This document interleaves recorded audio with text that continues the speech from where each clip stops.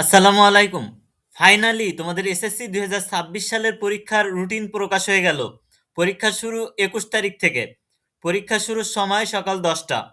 তুমি যদি ঢাকা বোর্ডের আন্ডারে তুমি যদি ঢাকা বোর্ডের ওয়েবসাইটে চলে যাও, সেখানে কিন্তু তুমি এসএসসি কর্নারে গেলেই একটা নোটিশ দেখতে পাবে যে এসএসসি পরীক্ষার সময়সূচি, ২০২৬ সালের মাধ্যমিক স্কুল সার্টিফিকেট পরীক্ষার সময়সূচি। দেখো, এরকম পিডিএফ, ঠিক আছে? তুমি ডাউনলোড করে নিতে পারো তোমাদের রুটিনটা। ঠিক আছে? এখানে দেখো বলছে বাংলা, দেখো এই যে তোমার হচ্ছে বাংলা প্রথম, বাংলা দ্বিতীয় পত্র, এরপরে বাকি যে সাবজেক্টগুলো যে দিন পরীক্ষা একটু তোমরা দেখে নাও। বাংলা প্রথম পরীক্ষা ২১ তারিখে, এর পরের দিন ছুটি, এর পরের দিন তোমার বাংলা দ্বিতীয় পত্র, তার মানে তোমরা এখানে একদিন ছুটি পাচ্ছ। ইংরেজি প্রথম পত্র ২৬ তারিখে, অর্থাৎ এর ইংরেজির আগে তোমরা ছুটি পাচ্ছ তুমি ২৪-২৫ ২ দিন। এরপর ইংরেজি দ্বিতীয় পত্রের আগে তুমি ছুটি পাচ্ছ একদিন। তথ্য যোগাযোগ প্রযুক্তি ৩০ তারিখে, এর আগেও ছুটি কিন্তু একদিন। এরপরে গণিতের আগে কিন্তু তোমার ছুটি দিচ্ছে ২-৩ দিন। ঠিক আছে?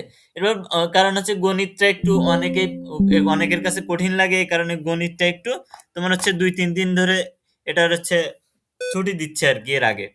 এরপরে দেখো, হিন্দু ধর্ম ও নৈতিক শিক্ষা, অর্থাৎ ইসলাম ও নৈতিক শিক্ষা, এবং তোমার যে ধার্মিক যে সাবজেক্টগুলো আছে আরকি, এগুলো এগুলোর আগেও কিন্তু একদিন ছুটি পাচ্ছ।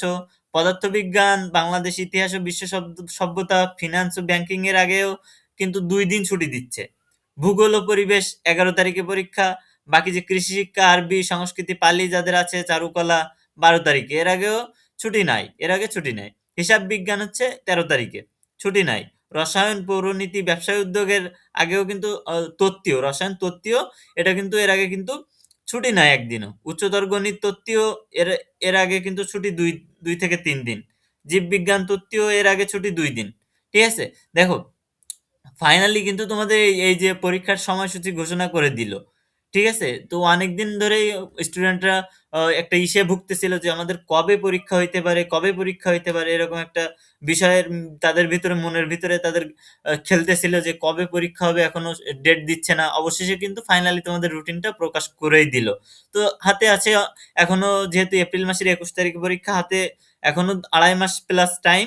তোমরা অবশ্যই এখন থেকেই ভালোভাবে প্রিপারেশন নেওয়া শুরু করে দাও। নইলে কিন্তু সামনে গিয়ে কিন্তু সময় কমে আসবে, আর ভালো প্রিপারেশন নিতে পারবে না তখন আর।